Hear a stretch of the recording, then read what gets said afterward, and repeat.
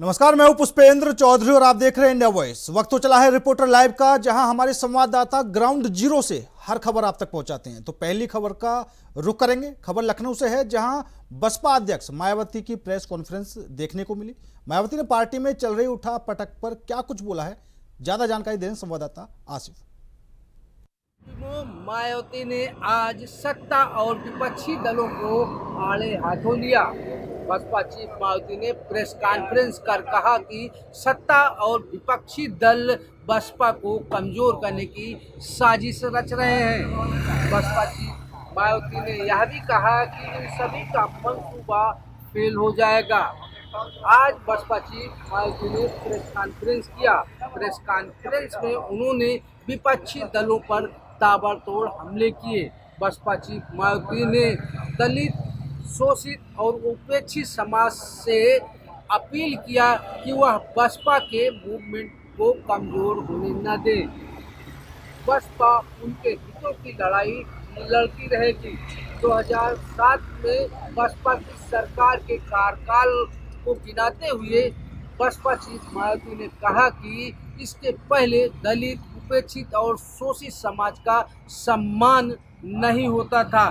जातिवादी पार्टियां बहुजन समाज के लोगों को सताते थे, महापुरुषों का सम्मान भी नहीं करते थे। लेकिन अब माननीय काशीराम और बसपा ने दलितों को सम्मान दिलाने का काम किया है।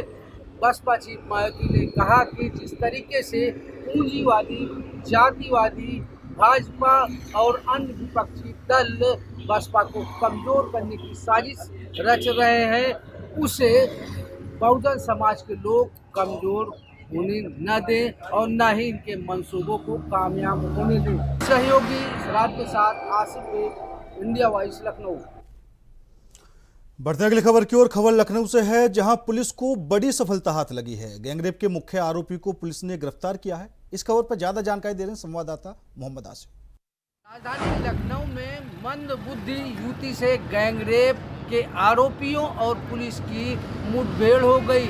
इस मुठभेड़ में जहां संदीप यादव नाम के बदमाश के पैर में गोली लगी है, एक और साथी को गिरफ्तार करने में पुलिस ने सफलता हासिल किया है। मौके से पुलिस को असलहे भी बरामद हुए हैं। दरअसल 2 दिन पहले गोसाईगंज थाना क्षेत्र में मंदबुद्धि युवती से गैंगरेप कर दिया गया था।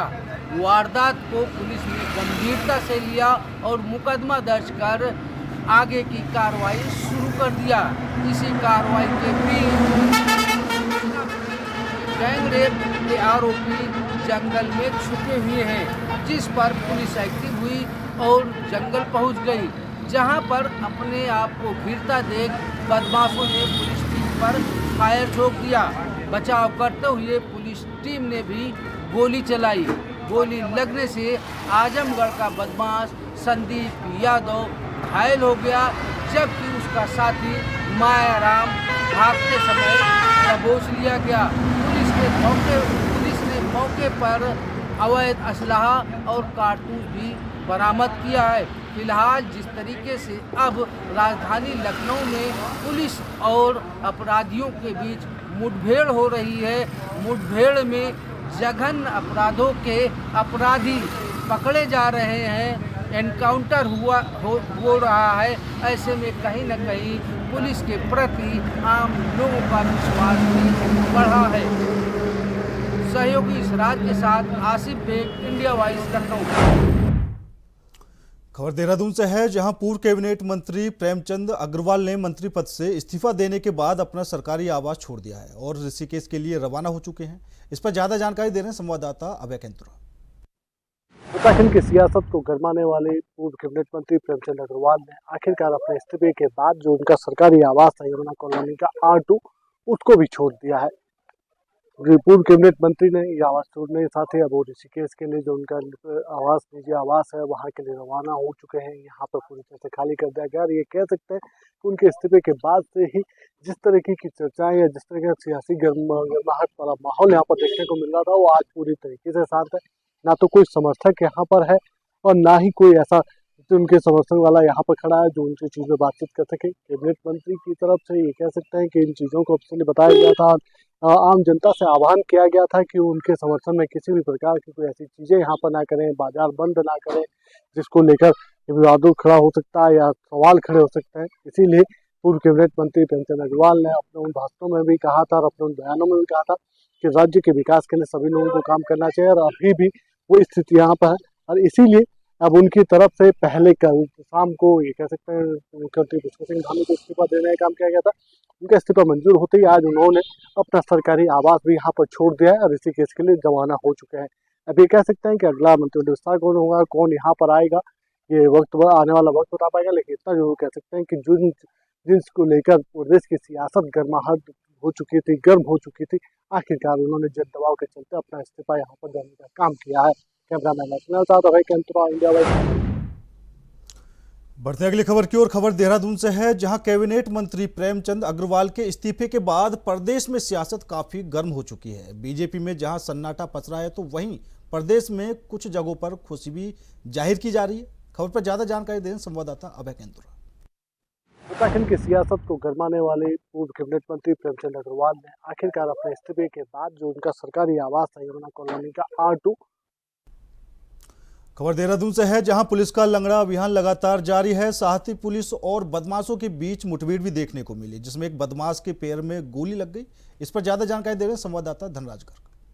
उत्तराखंड पुलिस का लंगड़ा अभियान लगातार चलता हुआ नजर आ रहा है क्योंकि देखिएगा कि उत्तराखंड पुलिस लगातार ऐसे अपराधियों को लंगड़ा कर गिरफ्तार कर रही है जो कि बड़ी चोरी या फिर लूट में शामिल है। और आज देखिएगा कि राजधानी देहरादून को भी एक बड़ी कामयाबी यहाँ पर पुलिस को मिली है कि हाल ही में रायपुर क्षेत्र में एक जनसेवा केंद्र के अंदर लूट की गई थी और उस लूट में शामिल 2 बदमाशों को पुलिस ने गिरफ्तार किया है। देर रात मुठभेड़ पुलिस के साथ उन बदमाशों की हुई है जिसमें एक बदमाश के पैर में और हाथ में गोली लगी है जिसको अस्पताल में भर्ती कराया गया है। वहीं दूसरे बदमाश को पुलिस ने गिरफ्तार कर लिया है और उनसे अभी जांच की जा रही है, पूछताछ की जा रही है कि आखिर उनके साथ और कौन शामिल था।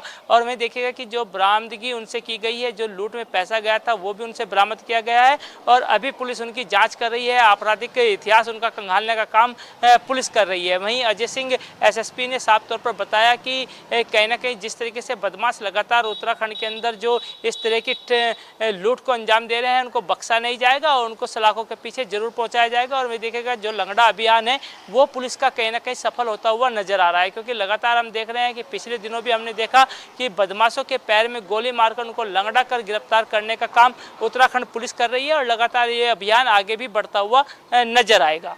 India voice Dhanraj Garg, Dehradun. खबर देहरादून से है जहां नगर निगम के हाउस टैक्स के काफी बकायेदार हैं जिन पर लाखों रुपए बकाया हैं लेकिन जमा करने का नाम अभी तक नहीं ले रहे हैं। ऐसे लोगों पर अब नगर निगम कार्रवाई करने की तैयारी में जुटा हुआ है। खबर पर ज्यादा जानकारी दें संवाददाता धनराज गर्ग। बकायेदारों को लेकर नगर निगम लगातार सख्त होता हुआ नजर आ रहा है क्योंकि आपको बताते चले कि राजधानी देहरादून के अंदर ऐसे बकायेदार हैं जिन पर कि लाखों का जो हाउस टैक्स है वो बकाया है और वो अभी तक जमा नहीं किया गया है। वहीं आज सौरभ थपलियाल जो नगर निगम के मेयर हैं राजधानी देहरादून के, उन्होंने साफ तौर पर कहा है कि जो ऐसे बकायेदार हैं उन पर अब शिकंजा कसा जाएगा, यानी कि उनसे जो वसूली है वो की जाएगी। क्योंकि उन्होंने साफ तौर पर यह भी कहा है कि उनकी सुविधा के लिए एक व्हाट्सएप चलाया गया है और उस व्हाट्सएप पे उनको जल्द से जल्द अपना हाउस टैक्स जमा करने के लिए कहा गया है। और अभी तक देखा जाए तो 55 लाख से भी अधिक का जो हाउस टैक्स है वो व्हाट्सएप के माध्यम से नगर निगम को मिल चुका है। लेकिन वही देखिएगा कि अभी भी कुछ ऐसे बकायेदार हैं कि जिन्होंने अपना हाउस टैक्स अभी तक जमा नहीं किया है और लाखों का जो हाउस टैक्स है उन पर बकाया है। ऐसे लोगों पर कार्रवाई करने के लिए नगर निगम ने अब नोटिस जारी किए हैं और 15 दिन का समय उनको नोटिस में दिया गया है। यदि वो 15 दिन के अंदर अपना हाउस टैक्स जमा नहीं करते हैं तो लाजमी है कि नगर निगम उन पर कोई बड़ी कार्रवाई जरूर करेगा। और देखिएगा कि जिस तरीके से देखा जाए कि तमाम तरह की जो हाउस टैक्स के जो बकायेदार हैं उनको सुविधाएं दी जाती हैं, तमाम तरह के छूट भी दी जाती है, लेकिन उसके बावजूद भी जो बकायेदार हैं वो अपना हाउस टैक्स जमा नहीं करते हैं। तो ऐसे बकायेदारों पर अब नगर निगम सख्त होता हुआ नजर आ रहा है। अब देखने वाली बात होगी कि सौरभ थपलियाल क्या इन बकायेदारों से जो बकाया राशि है उसको वसूलने में कामयाब होते हैं या नहीं। India voice Dhanraj Garg, Dehradun. खबर अलीगढ़ से है जहां एक युवक ने अलीगढ़ का नाम हरिगढ़ करने के लिए आपत्तिजनक वीडियो बनाया। युवक का वीडियो तेजी से वायरल हो रहा है। इस खबर ज्यादा जानकारी दे रहे हैं संवाददाता शाहनवाज।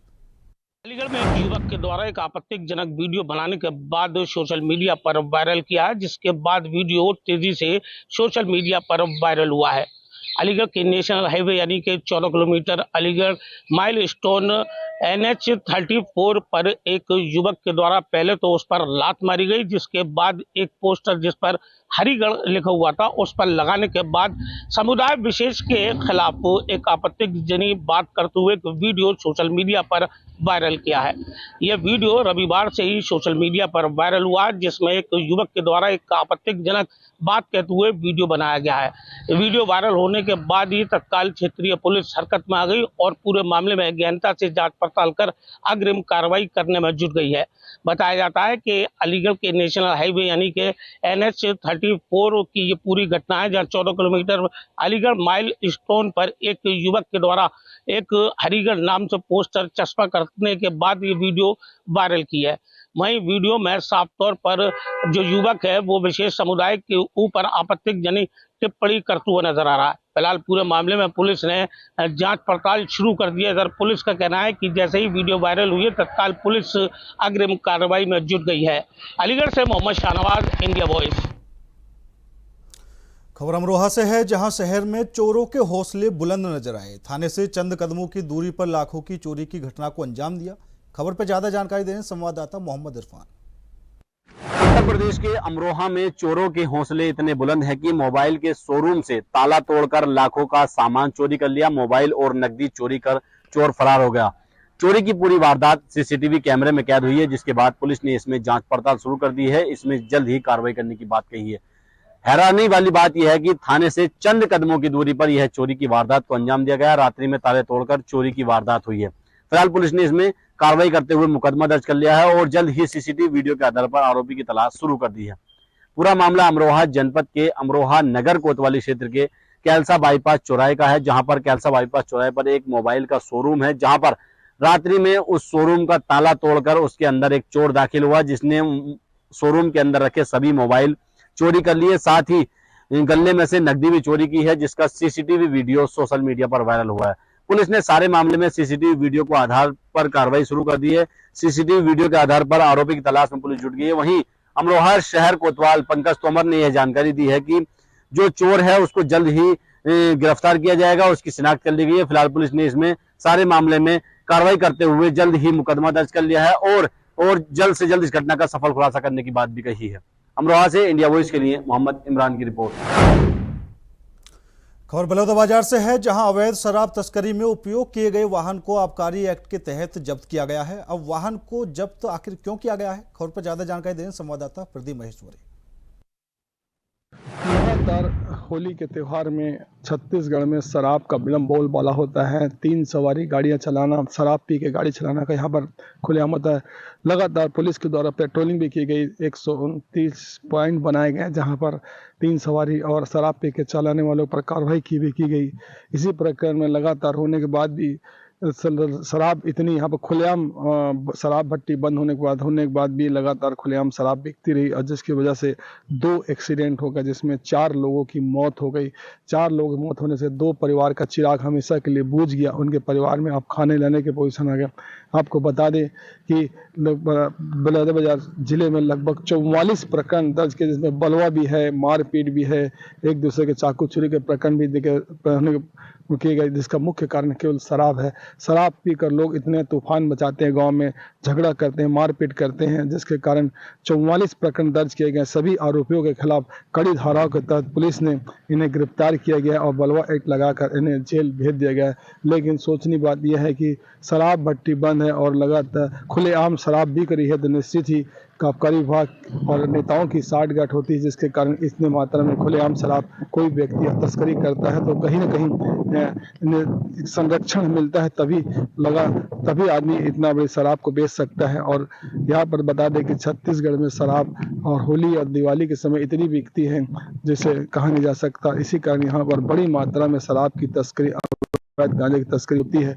पुलिस के द्वारा इतनी कड़ी चौकसी की गई थी, 1200 कांस्टेबल पुलिस बल लगाए गए थे, जाबाज कमांडो भी लगाए गए ताकि किसी अपनी घटना, लेकिन गांव-गांव में ऐसी घटना घटी जिसमें कि 4 लोग की मौत हो गई और 44 प्रकरण दर्ज किए गए, जिसमें सैकड़ों की गिरफ्तारी की गई है। और लगा होली कुल मिला के होली तो निपट गई, लेकिन उन 2 परिवारों को क्या होगा जिनके घरों में 4 मौत हो गई। निश्चित ये सोचनी है कि शराब पर प्रतिबंध लगाएं और ऐसे संरक्षण देना बंद करें, तभी यहाँ पर होली दिवाली एकदम अच्छे से मनाया जा सकता है छत्तीसगढ़ में। इंडिया वाइज के लिए बड़ौदा से। फिलहाल रुकेंगे छोटे से ब्रेक के लिए। ब्रेक के बाद खबरों का सिलसिला लगातार जारी है। ब्रेक के बाद एक बार फिर आप सभी का स्वागत है। रुक करेंगे अगली खबर का। खबर बलौदा बाजार से है, जहां पुलिस ने त्योहार के कुछ दिन पहले से ही सख्त निगरानी शुरू कर दी है। शहर के आसपास के इलाकों में बदमाशों और संदिग्ध की चेकिंग की जा रही है। फिर भी मारपीट जैसे 44 मामले दर्ज किए गए हैं। खबर पर ज्यादा जानकारी दे रहे हैं संवाददाता प्रदीप महेश्वरी। होली के त्यौहार में छत्तीसगढ़ में शराब का विलम्ब बोलबाला होता है। 3 सवारी गाड़ियां चलाना, शराब पी के गाड़ी चलाना का यहाँ पर खुलेआम होता है। लगातार पुलिस के द्वारा पेट्रोलिंग भी की गई। 129 पॉइंट बनाए गए जहाँ पर 3 सवारी और शराब पी के चलाने वालों पर कार्रवाई की गई। इसी प्रकरण में लगातार होने के बाद भी शराब इतनी यहाँ पर खुलेआम शराब भट्टी बंद होने के बाद भी लगातार खुलेआम शराब बिकती रही, और जिसकी वजह से 2 एक्सीडेंट हो गए, जिसमें 4 लोगों की मौत हो गई। 4 लोगों की मौत होने से 2 परिवार का चिराग हमेशा के लिए बुझ गया। उनके परिवार में अब खाने लाने की पोजीशन आ गया। आपको बता दें कि बलौदाबाजार जिले में लगभग 44 प्रकरण दर्ज किए, जिसमें बलवा भी है, मारपीट भी है, एक दूसरे के चाकू छुरी के प्रकरण भी किए गए, जिसका मुख्य कारण केवल शराब है। शराब पीकर लोग इतने तूफान मचाते हैं, गांव में झगड़ा करते हैं, मारपीट करते हैं, जिसके कारण 44 प्रकरण दर्ज किए गए। सभी आरोपियों के खिलाफ कड़ी धाराओं के तहत पुलिस ने इन्हें गिरफ्तार किया गया और बलवा एक्ट लगाकर इन्हें जेल भेज दिया गया। लेकिन सोचनी बात यह है कि शराब भट्टी बंद है और लगातार खुलेआम शराब बिक रही है, तो निश्चित ही आबकारी विभाग और नेताओं की साठगांठ होती है, जिसके कारण इतने मात्रा में खुलेआम शराब कोई व्यक्ति तस्करी करता है तो कहीं ना कहीं संरक्षण मिलता है, तभी आदमी इतना बड़ी शराब को बेच सकता है। और यहाँ पर बता दें कि छत्तीसगढ़ में शराब और होली और दिवाली के समय इतनी बिकती है जिसे कहा नहीं जा सकता। इसी कारण यहाँ पर बड़ी मात्रा में शराब की तस्करी, अवैध गांजे की तस्करी होती है। पुलिस के द्वारा इतनी कड़ी चौकसी की गई थी, 1200 कांस्टेबल पुलिस बल लगाए गए थे, जाबाज कमांडो भी लगाए गए ताकि किसी अपनी घटना, लेकिन गांव-गांव में ऐसी घटना घटी जिसमें कि 4 लोग की मौत हो गई और 44 प्रकरण दर्ज किए गए, जिसमें सैकड़ों की गिरफ्तारी की गई है। और लगा होली कुल मिला के होली तो निपट गई, लेकिन उन 2 परिवारों को क्या होगा जिनके घरों में 4 मौत हो गई। निश्चित ये सोचनी है कि शराब पर प्रतिबंध लगाएं और ऐसे संरक्षण देना बंद करें, तभी यहाँ पर होली दिवाली एकदम अच्छे से मनाया जा सकता है छत्तीसगढ़ में। इंडिया वाइज के लिए बलौदा से प्रदीप। खबर मैनपुरी से है, जहां आईजी ने आगरा पुलिस ऑफिस का औचक निरीक्षण किया। निरीक्षण के बाद आईजी आगरा ने क्या कुछ कहा, खबर पर ज्यादा जानकारी दे रहे हैं मुकेश कुमार।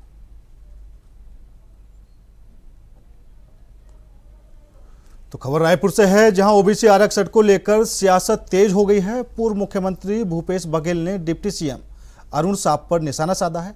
इस खबर पर ज्यादा जानकारी दे रहे हैं संवाददाता श्रीकांत दास। पूर्व मुख्यमंत्री भूपेश बघेल के दिए गए ओबीसी आरक्षण के बयान पर डिप्टी सीएम अरुण साव ने पलटवार किया है। कहा है कि सरकार की प्रतिबद्धता रही है कि ओबीसी को सम्मान मिले, जो कहा वह कर दिखाया है। दरअसल छत्तीसगढ़ में ओबीसी आरक्षण को लेकर सियासत तेज हो गई है। पूर्व मुख्यमंत्री भूपेश बघेल ने डिप्टी सीएम अरुण साव पर निशाना साधते हुए कहा है कि ओबीसी आरक्षण को लेकर बीजेपी भ्रम फैला रही है, जिस पर डिप्टी सीएम अरुण साव ने पलटवार कर कहा है कि राज्य में अनारक्षित 13 जिला पंचायतों में से 12 के चुनाव संपन्न हो चुके हैं। इन 12 पंचायतों में 9 ओबीसी अध्यक्ष बने। इसके साथ ही 12 जिला पंचायतों में 8 उपाध्यक्ष भी ओबीसी वर्ग से हैं।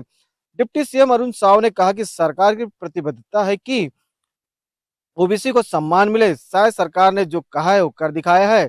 आपको बताया जाए कि लगातार ओबीसी आरक्षण को लेकर के कांग्रेस बीजेपी पर हमलावर हुई है। दरअसल ओबीसी आरक्षण को लेकर के विपक्ष लगातार सरकार पर हमलावर हुई है। वहीं पर विपक्ष के सवालों के जवाब को देते हुए डिप्टी सीएम ने कहा है कि सरकार की प्रतिबद्धता है कि ओबीसी आरक्षण को सम्मान मिले, जो कहा है वो कर दिखाया है। मैं श्रीकांत दास, इंडिया वाइस के लिए रायपुर, छत्तीसगढ़।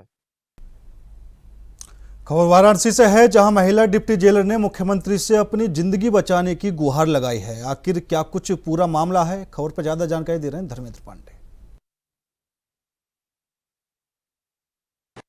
वाराणसी के जिला जेल की डिप्टी जेलर मीना कन्नौजिया ने एक वर्तमान जेलर उमेश सिंह पे बड़ा आरोप लगाया है। जिला डिप्टी जेलर मीना कन्नौजिया ने 3 साल पूर्व पद ग्रहण किया था, 3 साल पूर्व डिप्टी जेलर बनी, जिसके बाद उमेश सिंह पे एक बड़ी जो है आरोप लगाई गई है। मीना कन्नौजिया ने यह कहा है कि वर्तमान जेलर उमेश सिंह के द्वारा लगातार महिलाओं का उत्पीड़न किया जा रहा है और हम इस पर लगातार इसके पूर्व भी शिकायतें गई हैं। जब मेरे द्वारा मीना सिंह ने यह कहा कि हमारे ऊपर छीटाकसी उमेश सिंह ने की है और कपड़े को लेकर तमाम तनाकसी की है, तमाम अपशब्द बोले हैं, तनाव अपशब्द जो है दुर्व्यवहार किए जाने को लेकर के मीना कन्नौजिया ने मीडिया के सामने बाइट कहा है और साथ ही मुख्यमंत्री योगी आदित्यनाथ से गुहार लगाई है कि देश की प्रदेश की महिलाओं के इज्जत के लिए सुरक्षा को लेकर के बड़ा आरोप जो है उमेश सिंह पे लगाई है। कहा है कि हमारे जान माल को उमेश सिंह जेलर के द्वारा खतरा है, जिस पे जो है बड़ी कार्रवाई की जाए। मुख्यमंत्री से गुहार लगाते हुए मीना सिंह ने कहा है कि उमेश सिंह ने लगातार हमारे ऊपर छीटाकसी की है, अपने घर आवास पे बुलाना चाहा है, जिस पे हमारे न जाने पे लगातार हमारे पे मेरा उत्पीड़न किया है, तमाम तरह से छीटाकसी की है। इसके बाद त्वरित कार्रवाई करते हुए सूत्रों की बात अगर हमारे सूत्रों की बात और के हवालों से यह खबर बताई जा रही है कि आरोपित मीना का यहाँ से ट्रांसफ़र कर दिया गया है, नैनी जेल को यहाँ से ट्रांसफ़र किया गया है। उमेश सिंह पे इससे पूर्व भी लगातार जो है कई पहले ऐसे मामले थे जिसपे विवादों में रहे हैं, पहले भी आरोप लगाए जा चुके हैं। हालांकि उमेश सिंह पर अभी तक कोई विभागीय कार्रवाई होने की सूचना नहीं मिली है और जो आरोपित मीना कन्नौजिया डिप्टी जेलर हैं उनको वाराणसी से ट्रांसफ़र करके नैनी जेल में किया जा चुका है। वाराणसी धर्मेंद्र पांडे। खबर लखनऊ से है, जहां बच्ची से दुष्कर्म का आरोपी शहर छोड़ने की फिराक में था, लेकिन पुलिस ने उसे दबोच लिया। आरोपी की गिरफ्तारी के लिए कई टीमें लगाई गई। खबर पर ज्यादा जानकारी दे रहे हैं मोहम्मद आसिफ।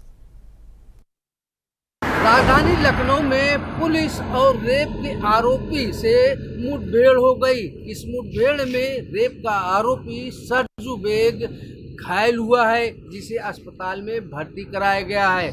मौके से पुलिस को हथियार भी मिले हैं।